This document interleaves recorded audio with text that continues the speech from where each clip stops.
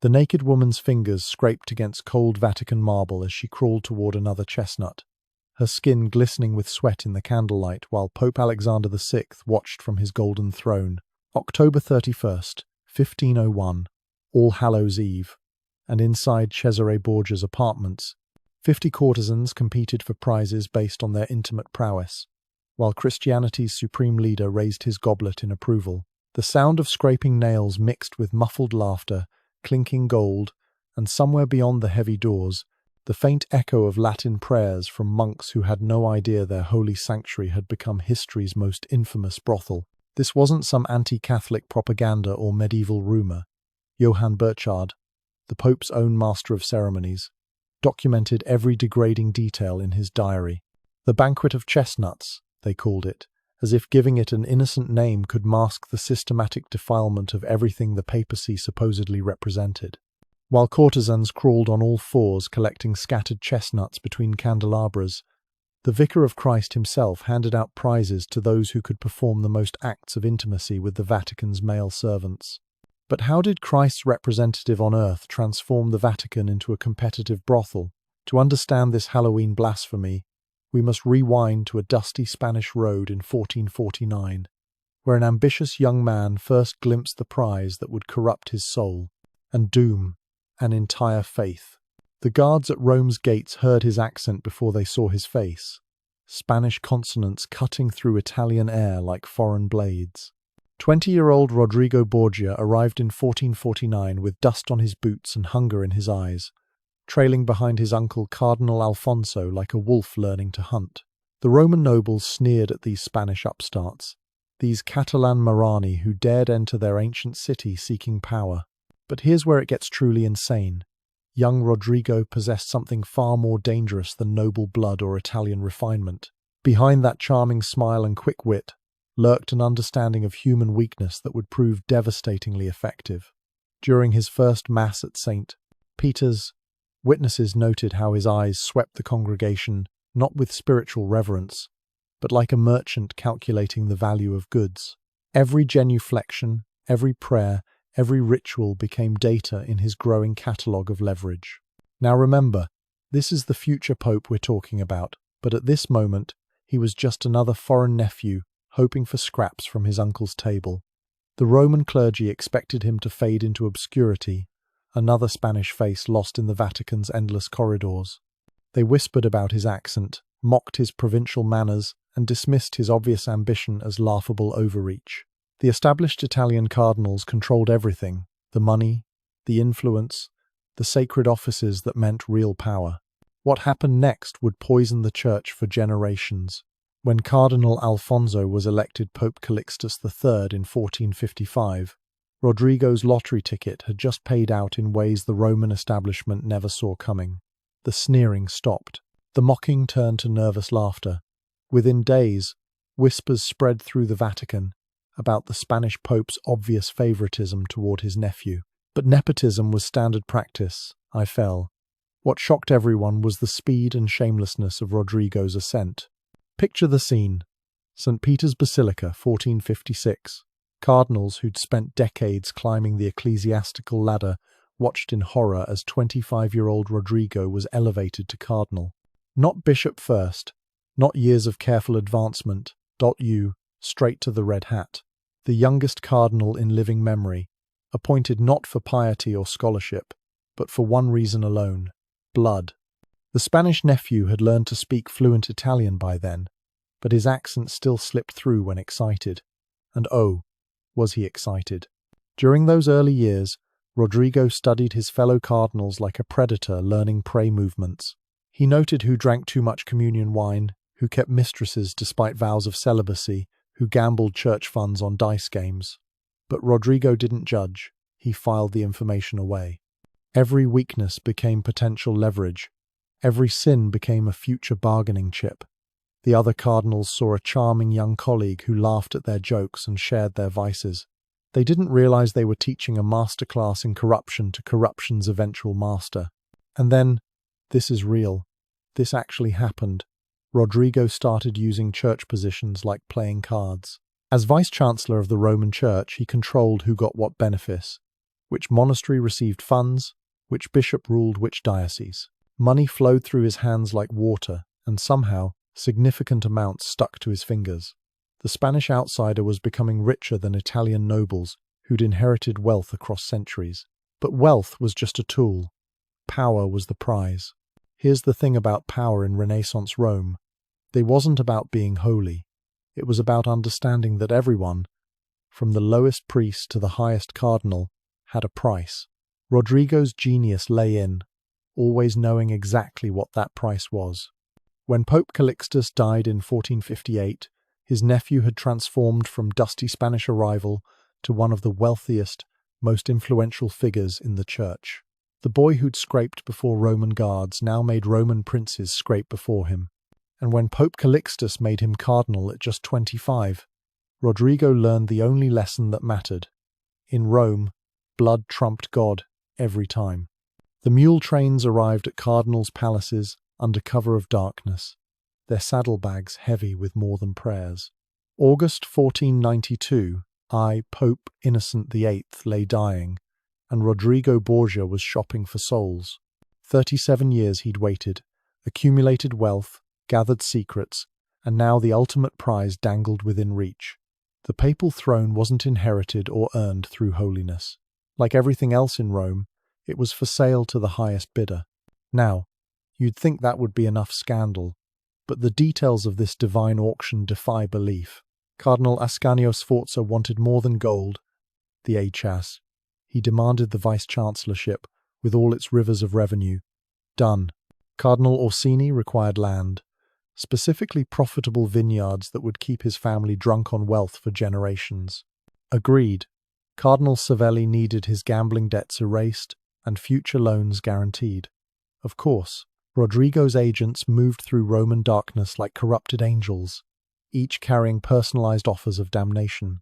But wait, remember that this is happening in the Sistine Chapel itself. Michelangelo's ceiling didn't exist yet, but the sacred space where cardinals were supposed to channel the Holy Spirit's wisdom had become a marketplace. The sound of whispered negotiations echoed off holy walls. Cardinals huddled in corners, not in prayer but in commerce. Some demanded multiple benefices, others wanted their bastard sons legitimized, still others simply wanted chest after chest of gold ducats. Here's where it gets truly dark. Cardinal della Rovera, Rodrigo's main rival, was also bribing furiously. This wasn't just corruption, it was competitive corruption. The two factions bid against each other like merchants at a particularly blasphemous auction. Della Rovera offered positions and gold, but Rodrigo offered something more. He understood every cardinal's specific weakness. For the gluttons, he promised the richest benefices. For the lustful, he offered protection for their indiscretions.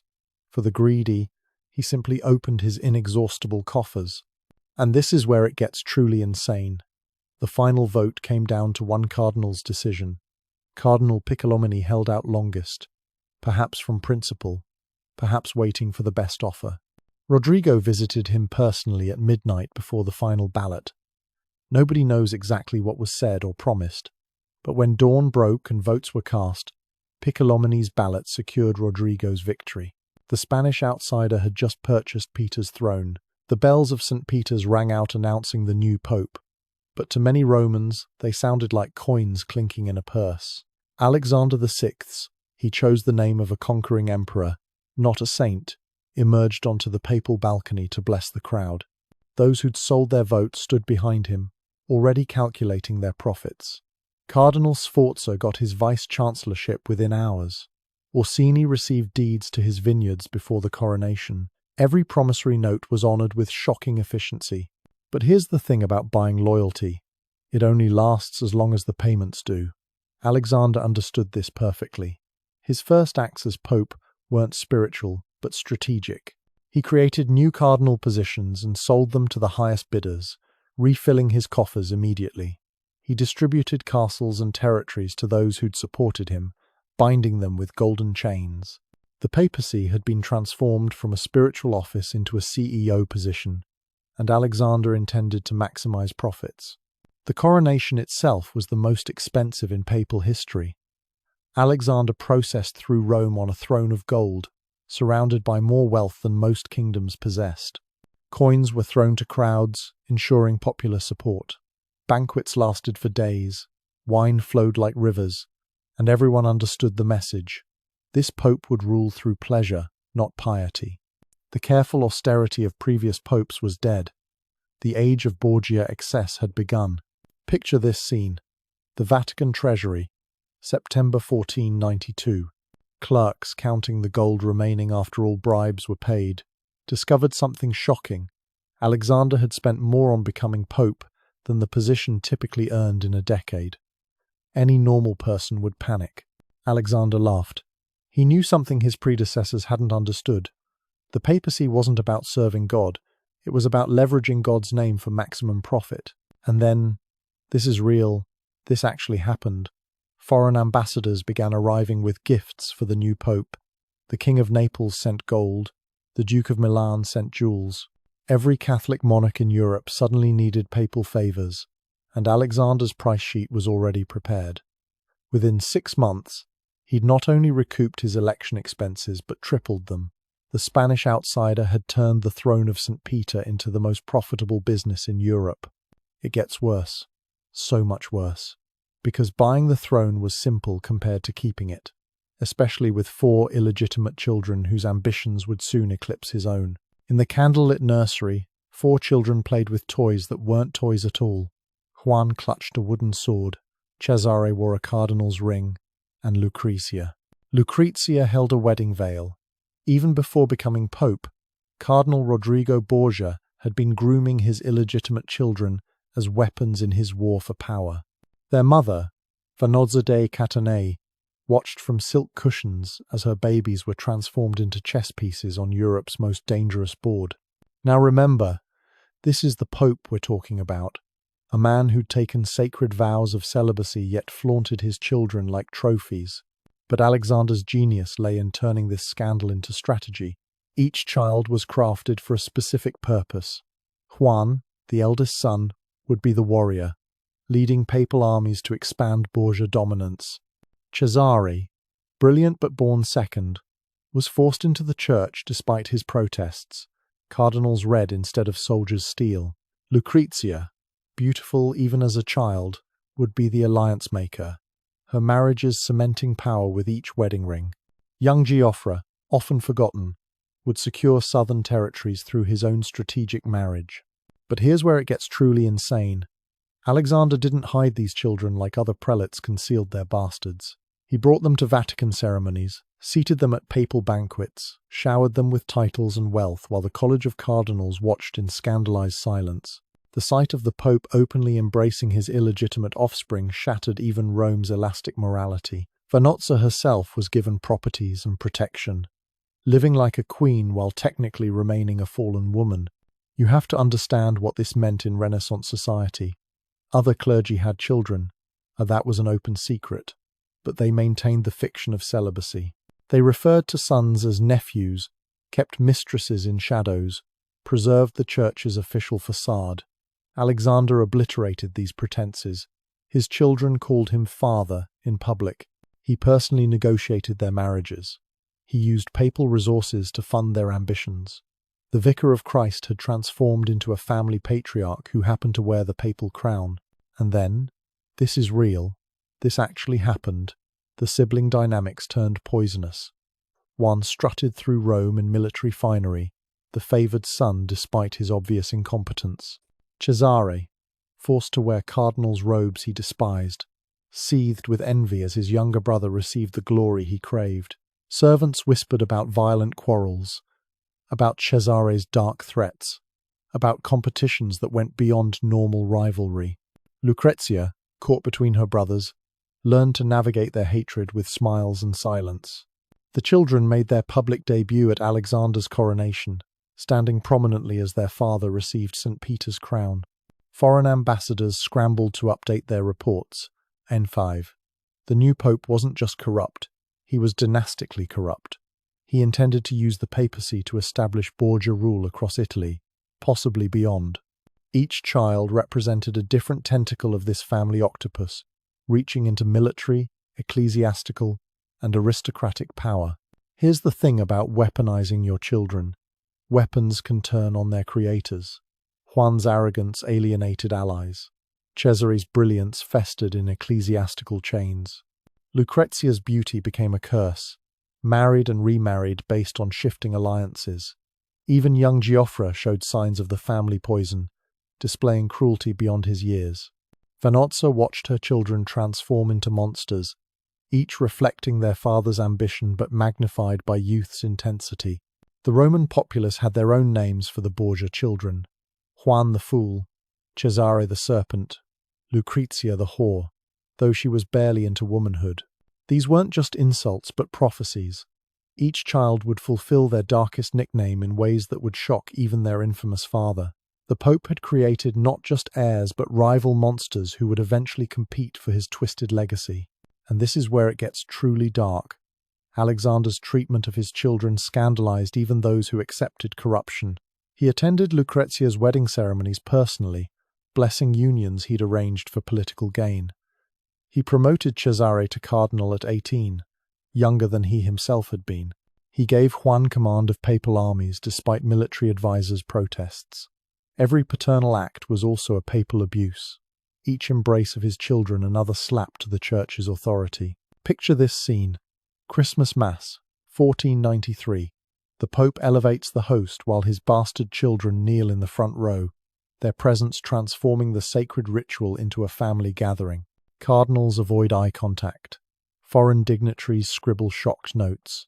The body of Christ is consecrated by a man whose own body had produced living scandals seated before the altar. The hypocrisy was so brazen, it transcended scandal into something almost admirable in its audacity. But someone else was watching the Borgia children grow, a German priest with a diary who would record every sin, every scandal, every scream. Johann Burchard dipped his quill in ink the same way every night for 20 years, but on this evening, his hand trembled. The German priest had just witnessed something in the papal chambers that challenged his clinical detachment. Alexander VI, openly discussing assassination plans, while his daughter Lucrezia poured wine. As master of ceremonies, Burchard's job was to ensure proper protocol. Instead, he'd become history's most dangerous chronicler, documenting the Borgia papacy's descent into depravity with Germanic precision. Now, you'd think someone recording papal crimes would work in secret, but Burchard's genius lay in plain sight. His official position required him to document ceremonies, note attendees, record protocols. Nobody suspected that between entries about Easter processions, he was cataloguing murders, orgies, and blasphemies. His diary read like a bureaucrat's report of the apocalypse, ISDA, dry, factual descriptions of events that would make demons blush. But here's where it gets truly insane. Burchard had to be present for everything.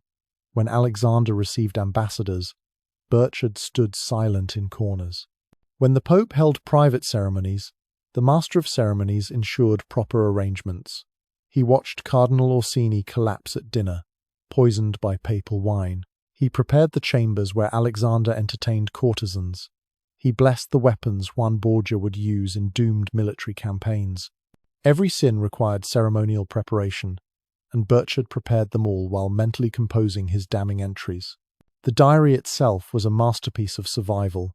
Burchard developed a code within plainspeak, IS, never editorializing, never judging, just recording.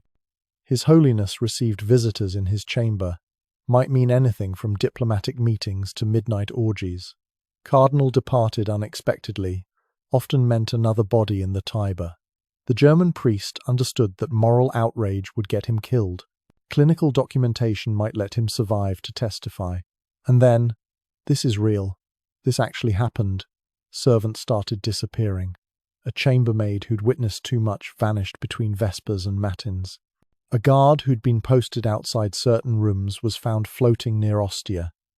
The papal food taster developed a sudden desire to join a remote monastery. Everyone close to Borgia's secrets lived on borrowed time except Burchard. His position was too visible, his duties too essential. Killing the Master of Ceremonies would raise questions even Alexander couldn't silence. But wait, remember that this diary would outlive them all. While Burchard maintained his facade of loyal service, His rooms held pages that would destroy the Borgia legacy more thoroughly than any army. Late at night, by single candle, he transcribed the day's horrors in careful Latin. Some pages he burned immediately, too dangerous even for secret chronicles. Others he preserved, understanding their historical importance. The German priest was writing the Borgias' true epitaph. Here's the thing about being history's witness. You see everything but can change nothing. Burchard watched Cesare's transformation from cardinal to killer. He documented Lucrezia's tears at her second husband's funeral. He recorded Alexander's grief over Juan's murder and his rapid return to corruption. Each entry was a small act of rebellion, a German priest's quiet insistence that someone, someday, would know the truth. The close calls multiplied. Once, Alexander demanded to review ceremonial records, and Burchard had to provide edited versions, while his real diary lay hidden beneath floorboards. Another time, Cesare questioned why the master of ceremonies always carried writing materials. Burchard claimed devotion to liturgical accuracy, while mentally composing that night's entry about Cesare's latest victim. The psychological strain of maintaining this double life would have broken lesser men. And this is where it gets truly dark. Burchard realized his diary had become his death warrant. If discovered, the pages would guarantee not just execution but the kind of elaborate torture the Borgias reserved for special enemies. Yet he couldn't stop writing. Each new scandal demanded documentation. Every fresh blasphemy required recording. The German priest had become addicted to truth in a palace built on lies. Picture this scene. Burchard in his chambers, 2 a.m., copying his notes by candlelight. Outside, Rome sleeps uneasily under Borgia rule. Inside the Vatican, Alexander plans tomorrow's corruptions while Cesare sharpens both sword and schemes. But in this small room, a careful hand preserves every detail. The quill scratches across parchment like conscience across a seared soul. History is being written by its most unlikely chronicler, a foreign priest who came to serve ceremony and instead served truth. It gets worse. So much worse. Burchard's chronicles would survive them all. But first he'd have to document Rome, drowning in blood, 200 murders in broad daylight, with the Pope's blessing. The scream cut through the Roman morning like a confession through silence. Another body, another vendetta, another day in Alexander's paradise. By 1497, murder had become so common that vendors sold bread next to fresh corpses, stepping over blood pools with practiced indifference. 200 assassinations in a single year, Burchard recorded, and those were just the ones worth counting.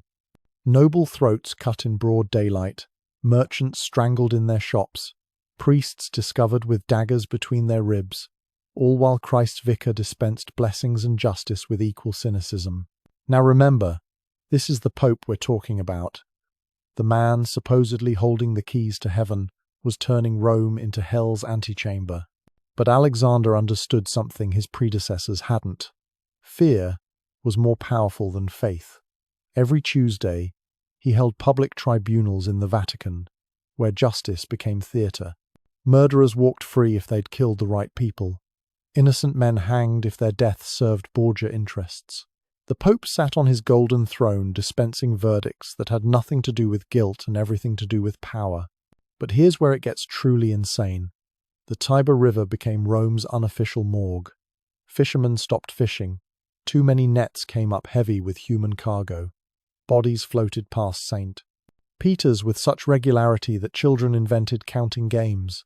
3 before noon means rain, they'd chant, watching corpses drift by like tragic boats. The papal guards who should have investigated instead took bribes to look away. Why risk your life identifying killers when the killers probably worked for the Vatican? You have to understand what this meant for ordinary Romans. Stepping outside meant calculating survival odds. Which streets were controlled by which faction? Had you accidentally witnessed something dangerous? Did your neighbor covet your shop, your wife, your life? The traditional Roman greeting changed from "peace be with you" to quick glances checking for hidden weapons. Mothers taught children to walk against walls, away from doorways where assassins lurked. The eternal city had become eternally dangerous. And then, this is real. This actually happened. Alexander turned murder into macabre entertainment. During carnival season, he'd release condemned criminals into the Vatican courtyard, then watch from his window as Cesare and his men hunted them like animals. The Pope would provide commentary, blessing particularly skillful kills. Foreign ambassadors forced to attend these spectacles wrote horrified reports about Christianity's leader applauding as arrows found their targets, as swords opened arteries, as human beings died for papal amusement. The economic ecosystem of murder flourished grotesquely. Assassination became a recognized profession with standard rates: 50 ducats for a merchant, 200 for minor nobility, prices negotiable for clergy depending on rank. Poison sellers operated shops near apothecaries. Sword schools taught murder techniques alongside traditional fencing. Confession booths heard killers seeking absolution on credit, planning to sin now and repent later. The Pope had transformed Rome's spiritual economy into a carnal marketplace. Here's the thing about normalized violence: it spreads like plague. Husbands killed wives for suspected adultery. Business partners murdered over minor disputes. Children stabbed other children in games gone wrong. When the Pope himself treated life as cheap currency, everyone began spending freely. Borgia violence had infected Rome's bloodstream, turning citizens into monsters who mirrored their monstrous leader. And this is where it gets truly dark. Alexander's Tuesday tribunals became social events. Romans packed the papal court to watch justice perverted into performance. The Pope would question defendants with theatrical flair, sometimes personally describing their crimes in lurid detail. Guilty verdicts brought cheers. Acquittals earned boos unless the freedman was popular. Executions were scheduled for maximum attendance. The spiritual father of Christendom had become a carnival barker selling death as entertainment. The statistics Burchard preserved tell the story: 200 confirmed murders in 1497, 180 in 1498, countless others unreported. By 1499, Roman census takers noted population decline not from plague, but from steel. Entire families vanished overnight. Bloodlines centuries old ended in darkened alleys. The city that had conquered the world was conquering itself under papal supervision. Foreign pilgrims arrived seeking salvation and found slaughter. Many never left, not by choice, but by blade. Picture this scene: sunrise over the Ponte Sant'Angelo, the bridge leading to Vatican City. Morning light reveals last night's harvest. 5 bodies arranged almost artistically. A warning or boast depending on your perspective. Papal guards arrive not to investigate but to clear the path for morning traffic. A priest hurries past, averting his eyes while muttering prayers. A mother pulls her children close, using her body to block their view. Just another Roman morning in Alexander's reign, where death had become as common as daily bread. But all these anonymous corpses were just practice. Soon, a body would float in the Tiber that would make even Alexander weep. The fisherman's net was heavy that June morning, but not with fish. Tangled in the rope was a velvet sleeve worth more than his boat. As he pulled harder, the Tiber surrendered its prize. Juan Borgia, Duke of Gandia, the Pope's beloved son, face bloated beyond recognition, throat cut so savagely that his head barely remained attached. 9 stab wounds decorated his corpse like signatures, his purse untouched, proving this was personal, not professional. The golden child of the Borgia dynasty had become just another Roman floater, distinguished only by the quality of his corpse's clothing. Now, you'd think the Pope who'd ignored hundreds of murders would shrug off one more, but Juan's death shattered Alexander like a hammer against glass. When messengers delivered the news, witnesses said the Pope's scream echoed through the Vatican like a soul being torn from flesh. He collapsed completely. This man who'd watched enemies die with wine in hand, reduced to crawling on stone floors, beating his chest, calling Juan's name between sobs that sounded barely human. But here's where it gets truly insane.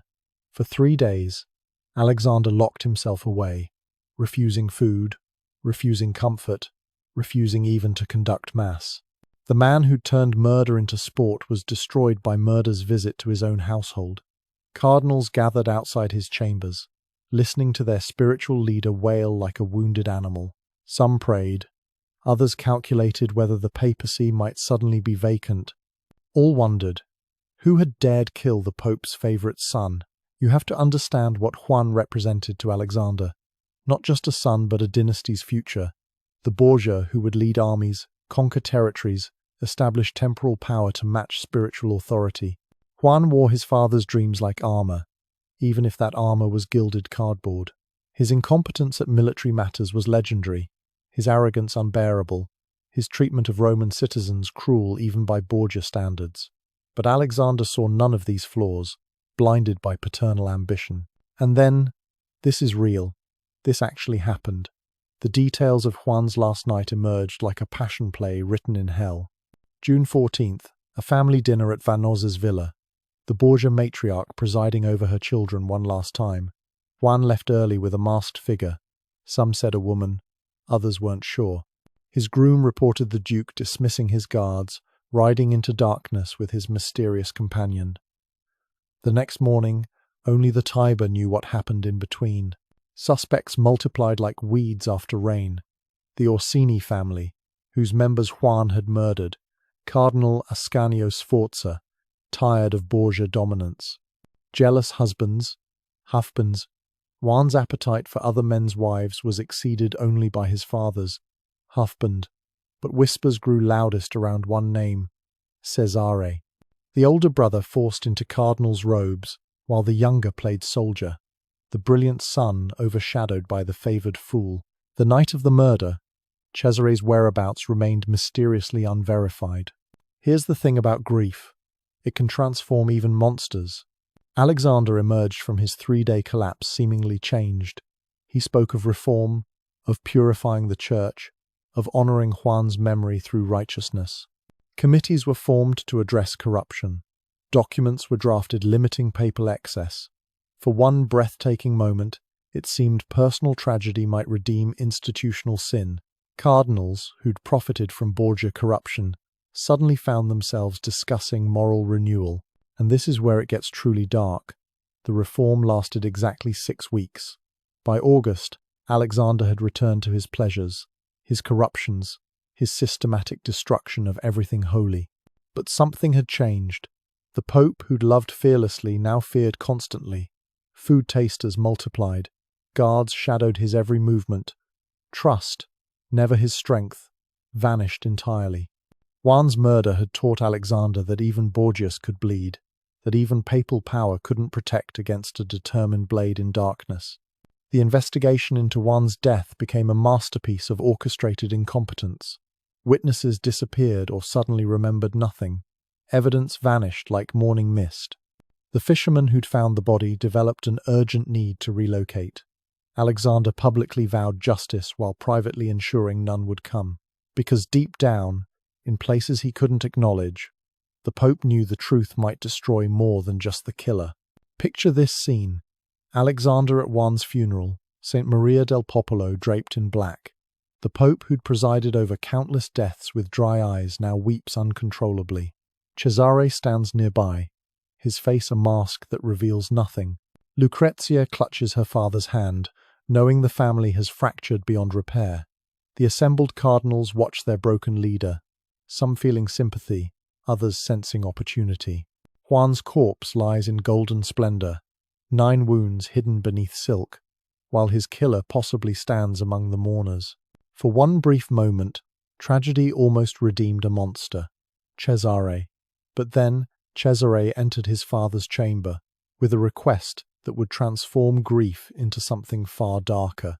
The cardinal's red robes hit the floor with a whisper, but the sound of armor beneath rang like a death knell through St. Peter's. August 17, 1498.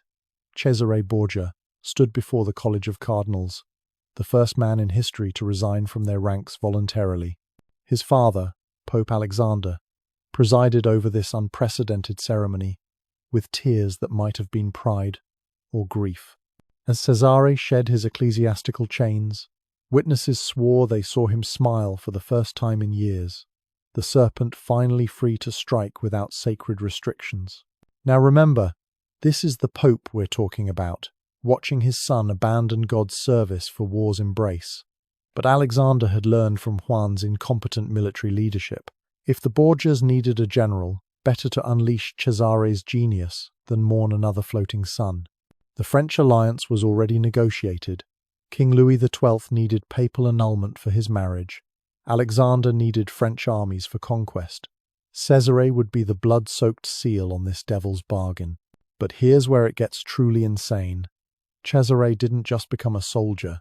He transformed into something Italy had never seen.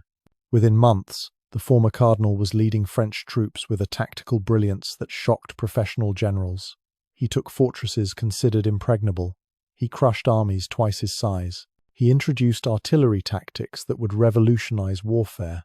The man forced to memorize prayers now memorized terrain maps with terrifying precision. You have to understand what this meant to Cesare's enemies. One day they faced a corrupt cardinal they could mock. The next, a military genius appeared at their gates with French cannon and Borgia ruthlessness. The transformation was so complete that many refused to believe it was the same person. Surely this demon in armor couldn't be the soft churchman who'd blessed their children. But when cities fell and citizens died, they learned the terrible truth. Cesare had always been a warrior trapped in priest's clothing. And then, this is real. This actually happened. Cesare's methods made his father's corruption seem quaint. When Faenza resisted his siege, he promised safe passage to its young duke. The moment the boy surrendered, Cesare had him strangled, his body vanishing into the Tiber's embrace. When Camerino's lord tried negotiating, Cesare invited him to dinner, then had him garroted between courses. City after city fell not just to military might, but to the certainty that surrender meant possible survival, while resistance guaranteed creative death. The fear Cesare inspired transcended normal military terror. Soldiers whispered he'd made pacts with demons, trading his cardinal's soul for supernatural strategy. His habit of wearing a black mask in battle added to the mystique. Was he hiding scars or hiding something worse? Towns surrendered at the mere rumor of his approach. Cesare comes became Italy's most terrifying phrase, more effective than any catapult. The Pope's son had become war's favored child. Here's the thing about unleashing a monster. Even creators can't control their creations. Alexander watched with growing unease as Cesare's conquests expanded beyond papal plans. The son wasn't just securing Borgia power, he was building a personal empire. Each captured city swore loyalty to Cesare, not the Pope. Each victory strengthened the son while subtly weakening the father. The cardinal's robes had hidden ambition that armor now displayed proudly. And this is where it gets truly dark. Cesare's transformation affected the entire family dynamic. Without one to compete against, Cesare's energies turned toward dominating Italy completely. Lucrezia became his unwitting spy in courts where she was married. Young Giuffre was relegated to insignificance. Even Alexander found himself yielding to his son's increasingly bold demands. The papal treasury emptied into Cesare's war chest. Papal bulls were issued supporting conquests Alexander privately questioned. Success bred excess with geometric progression. Cesare's travelling court became a mobile chamber of horrors. He kept artists to sketch his victories and enemies' deaths with equal skill. Musicians composed triumphant marches that incorporated dying screams. His mistresses were chosen from conquered nobility, living trophies of dominated bloodlines. The former cardinal had discovered that war offered even more opportunities for sin than the church. Picture this scene. Cesare's triumph in Rome, 1501. The former cardinal enters the city like a Caesar, his armor black as midnight, his war machines displaying captured banners like scalps. Alexander watches from the Vatican, pride and terror warring on his face. The crowds cheer because not cheering might be noted. Behind Cesare's parade march prisoners who know their fates, cities reduced to vassals, and Italy being redrawn by Borgia ambition. The transformation is complete. The serpent has become a dragon. While Cesare painted Italy red with conquest, his sister Lucrezia was being painted white in wedding veils. Again, and again, and again. The wedding musicians played the same songs for Lucrezia's third marriage. They'd memorized them by now, just as she'd memorized her vows. Standing at the altar in 1501, the 21-year-old bride wore white silk that couldn't hide the shadows under her eyes or the mechanical precision of her smile. Alfonso d'Este barely glanced at his new wife. understanding perfectly that he was marrying a political treaty, not a person. Lucrezia had become the Borgia's renewable resource, endlessly recycled through altars to cement alliances that shifted like Roman weather. Now, you'd think even the Borgias would show some mercy to their own daughter, but Lucrezia's value lay precisely in her disposability. Her first marriage at 13 to Giovanni Sforza had seemed advantageous until it wasn't. One Alexander. When Alexander needed new allies, the marriage needed annulment. The Pope, her own father, forced Sforza to declare himself impotent before the entire papal court. Imagine the humiliation. A grown man proclaiming his inability to consummate marriage with a child bride, all so the Pope could repackage his daughter for the next political buyer. But here's where it gets truly insane. The impotence claim was obviously false. Servants whispered about perfectly normal marital relations. Sforza himself had a child from a previous marriage. But when the Vicar of Christ declares you impotent, you agree or join the Tiber's floating population. Sforza chose humiliation over assassination, fleeing Rome with whatever dignity remained. Lucrezia, barely 16, found herself a virgin again by papal decree, a miraculous restoration that fooled nobody but served everyone. You have to understand what this meant for Lucrezia's psychological state. One day she's a wife, the next she's unmarried, her entire intimate life erased by bureaucratic fiction. The servants who dressed her for her wedding now prepared her for market again. Her father kissed her forehead while calculating her next buyer. Her brother Cesare evaluated suitors like a horse trader checking teeth. The girl raised to be a papal princess had discovered she was just merchandise with a renewable warranty. And then, this is real. This actually happened. Love entered the equation with her second husband, Alfonso of Aragon. Young, handsome, genuinely affectionate, Alfonso made the mistake of actually caring for Lucrezia. She responded with equal feeling, perhaps believing she'd found refuge from her family's toxicity. For 18 months, the Borgia daughter knew happiness. She bore a son. She laughed without calculation. She forgot, temporarily, that Borgia women weren't allowed love, only leverage. But political winds shifted, as they always did. Alfonso's family fell from favour. Suddenly, Lucrezia's beloved husband became a liability rather than an asset. On July 15th, 1500, Alfonso was attacked on the steps of St. Peter's itself, stabbed multiple times but miraculously surviving. As he recovered in the Vatican, protected by Lucrezia's desperate vigilance, everyone knew the reprieve was temporary. Love might motivate Lucrezia, but politics motivated her family. Here's the thing about being a Borgia woman. You learn to stop crying because tears change nothing. When Cesare entered Alfonso's sick room on August 18th with his personal assassin Micheletto, Lucrezia was forcibly removed by guards. Her screams echoed through Vatican corridors as her brother finished what the first attack had started. Alfonso was strangled in his sickbed, his death attributed to infection from his wounds. Lucrezia's second widowhood was as manufactured as her first annulment. And this is where it gets truly dark. Lucrezia's transformation after Alfonso's murder chilled even hardened Roman cynics. The girl who'd wept at her husband's bedside emerged from mourning as something harder, colder, infinitely more dangerous. She learned her father's lessons too well. Emotion was weakness, love was liability, survival required stone where a heart should be. Her third wedding to Alfonso d'Este was a masterclass in emotional absence. She spoke vows like shopping lists, exchanged rings like receipts. The Roman populace had their own interpretations of Lucrezia's marriages, each more lurid than the last. Rumours of incest with both father and brother circulated like poisoned wine through taverns. Her beauty became proof of witchcraft. Her survival confirmed supernatural protection.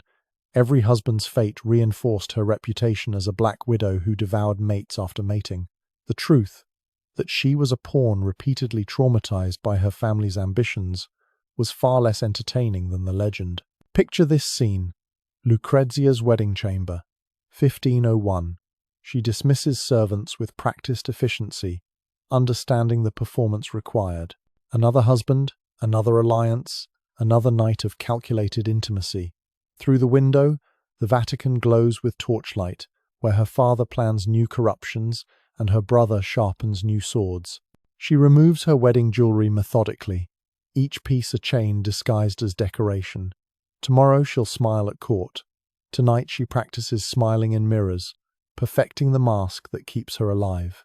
By October 1501, Lucrezia had learned to smile through anything, a skill she'd need for what her father and brother were planning for All Hallows' Eve.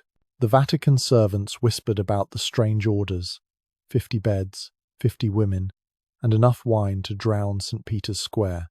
October 28th, 1501, and preparation for the Pope's most unholy celebration had begun. Cesare's apartments were being transformed with meticulous precision, each detail designed to push blasphemy beyond previous limits. Furniture was rearranged to create an arena of sin. Religious artwork was carefully removed or, more provocatively, covered with silk that suggested rather than concealed. The Vicar of Christ was producing a passion play, where passion meant something entirely different from Christ's suffering. Now remember, this is the Pope we're talking about, personally overseeing arrangements for an orgy in the Vatican. But Alexander and Cesare understood theatre, and this performance required perfect staging. The choice of October 31st was deliberate, not coincidental. All Hallows' Eve, when the veil between sacred and profane traditionally thinned, would witness its complete dissolution. The date itself was a calculated insult to everything holy, a middle finger raised to heaven using the Church's own calendar.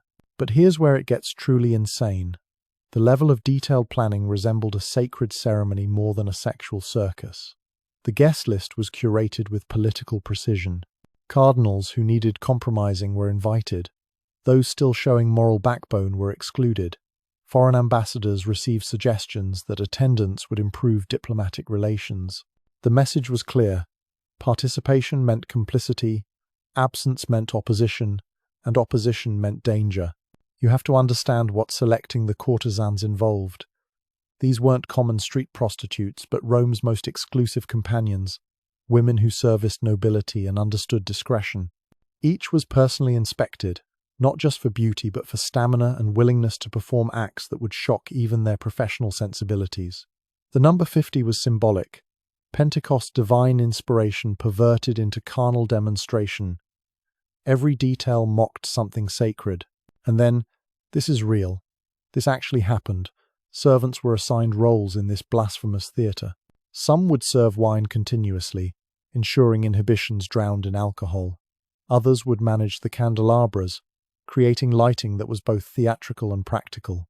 Musicians were instructed to prepare pieces that could transition from dining accompaniment to orgiastic rhythm. Even the menu was designed for endurance. Foods that would sustain energy without weighing down participants for the evening's later activities. The Vatican's transformation horrified longtime servants. Rooms that had hosted saints now prepared to host sinners. Spaces where prayers echoed would soon ring with sounds that would make demons blush.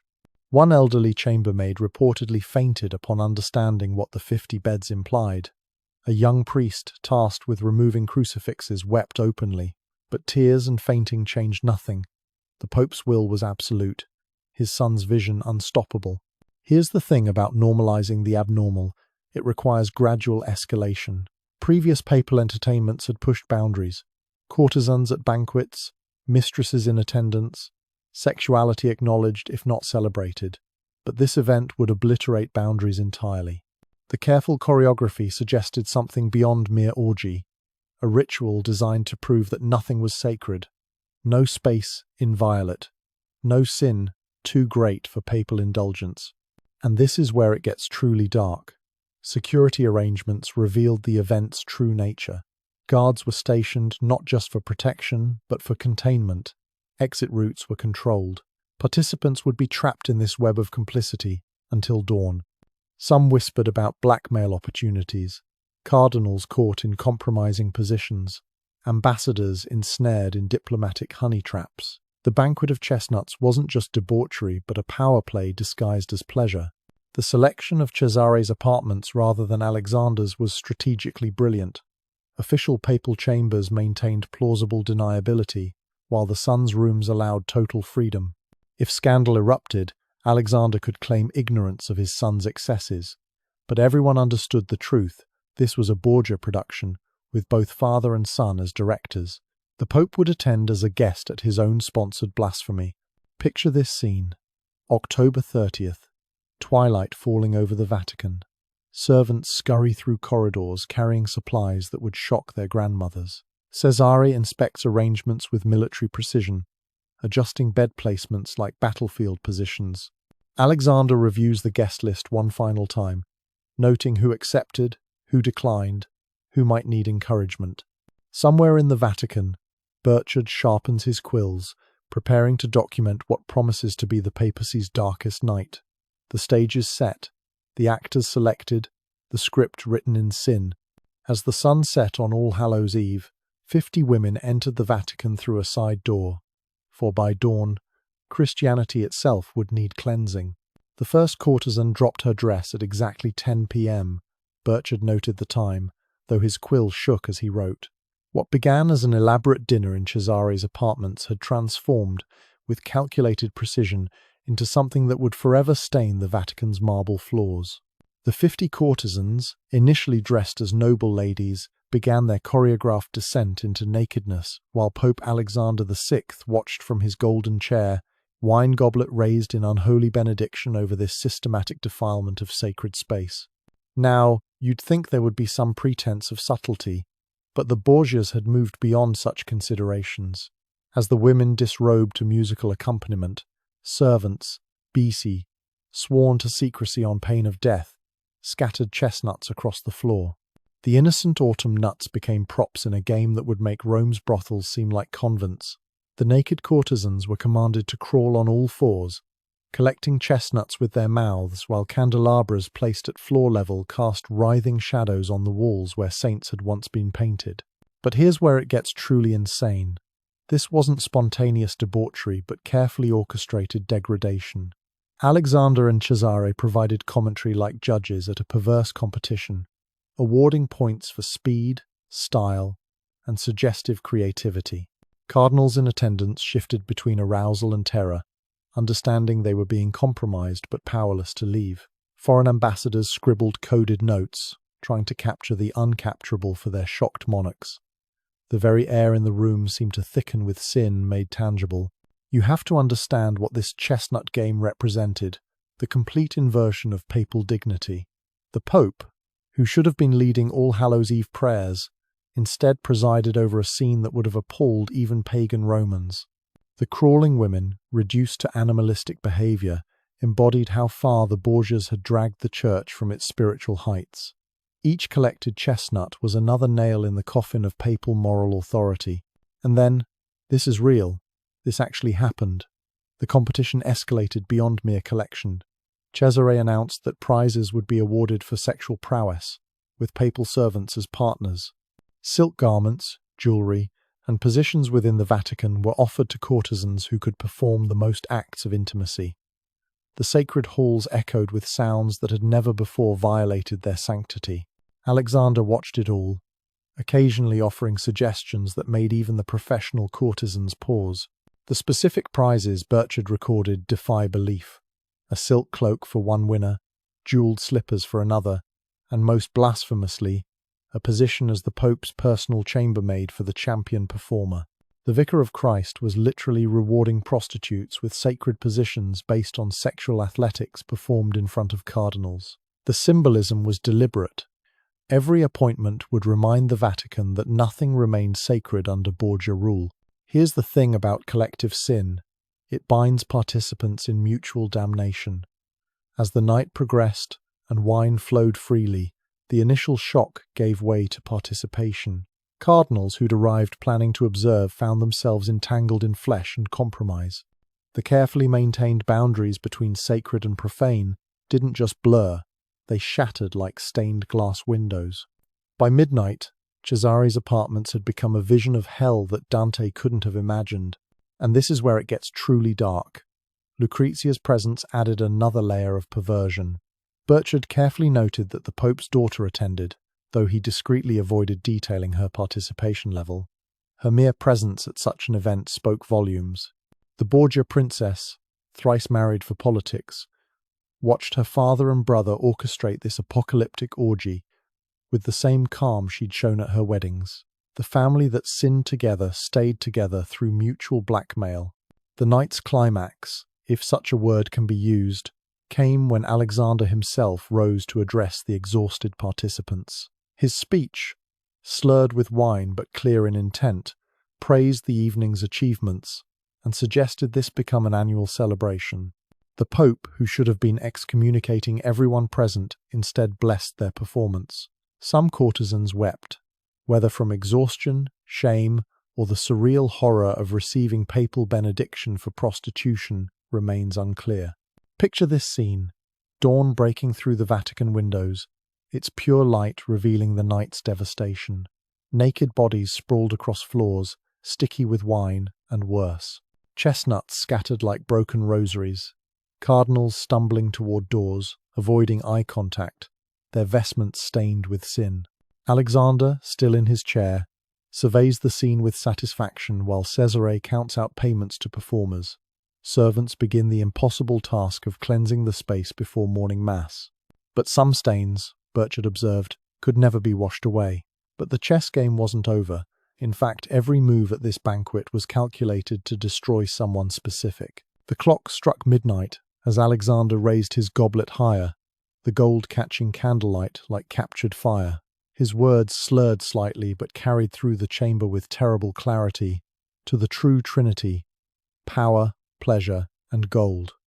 May those who serve them faithfully be rewarded as generously as our performers tonight. The toast echoed off walls where Christ's disciples had once been painted, now hidden behind silk that clung to the frescoes like shameful secrets.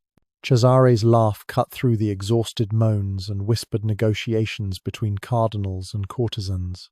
The Pope's son stood among the carnage like a general surveying a battlefield, his satisfaction evident in every gesture. This wasn't just debauchery, it was demonstration. Every cardinal compromised tonight was another vote secured. Every ambassador entangled was another nation neutralized. The Banquet of Chestnuts had been a political masterstroke, disguised as sexual excess. Lucrezia remained in her corner, her face a porcelain mask that revealed nothing of her thoughts. She'd watched her father and brother orchestrate this blasphemy with the same detachment she'd shown at her husband's funerals. The Borgia daughter had learned that survival meant becoming stone, and tonight she was marble incarnate. When servants offered wine, she declined. When courtesans approached, she dismissed them with gestures. She was present but untouchable, tainted by proximity but protected by her very coldness. As dawn's first light penetrated the chamber, the scene resembled a Renaissance painting of the apocalypse. Bodies intertwined in exhaustion rather than passion. Cardinals searched desperately for their vestments among scattered clothing. The Pope, finally showing his 70 years, slumped in his throne while Cesare directed the cleanup with military efficiency. The night was ending, but its consequences would echo through centuries.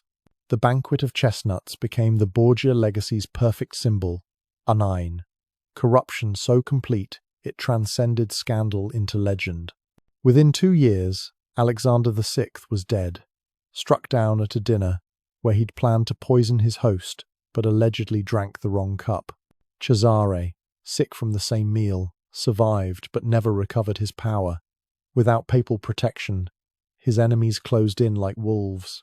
The man who'd terrorized Italy died in an obscure Spanish skirmish in 1507, his body stripped and left for crows, an ignoble end for one who'd worn cardinals red and conquerors steel. When Julius II became pope, he refused to enter the Borgia apartments. Let them remain sealed, he declared, as a tomb for their sins. He commissioned Raphael to paint new frescoes, literally covering Borgia corruption with Renaissance beauty, but servants whispered that no amount of paint could eliminate the stench of that Halloween night. Some claimed to hear sounds, scraping, like fingernails on marble, searching for chestnuts that were never really there. Lucrezia alone survived and thrived, transforming into a patron of arts and letters in Ferrara. She outlived the scandal, the rumours, the cursed legacy of her name. When she died in 1519, aged just 39, she was mourned as a duchess, not a Borgia. Perhaps that was her greatest victory, DC, escaping the family that had used her as currency and finding something resembling peace in distance from their sins. Johann Burchard's diary survived when its subjects didn't, published decades later to shock and titillate Europe. His clinical descriptions of the banquet became ammunition for Protestant reformers. Luther himself cited the Borgia orgies as proof of Rome's corruption. The German priest's careful documentation helped fracture Christianity itself, his quill proving mightier than Cesare's sword in bringing down the Church's absolute power. But here's the final irony. The Borgias failed at everything except being remembered. Their attempts at dynasty crumbled. Their conquered territories reverted. Their carefully arranged marriages produced nothing lasting. Yet their name became synonymous with corruption so absolute it achieved its own dark grandeur. They transformed the papacy from God's throne into history's most exclusive brothel, and that transformation echoed through centuries.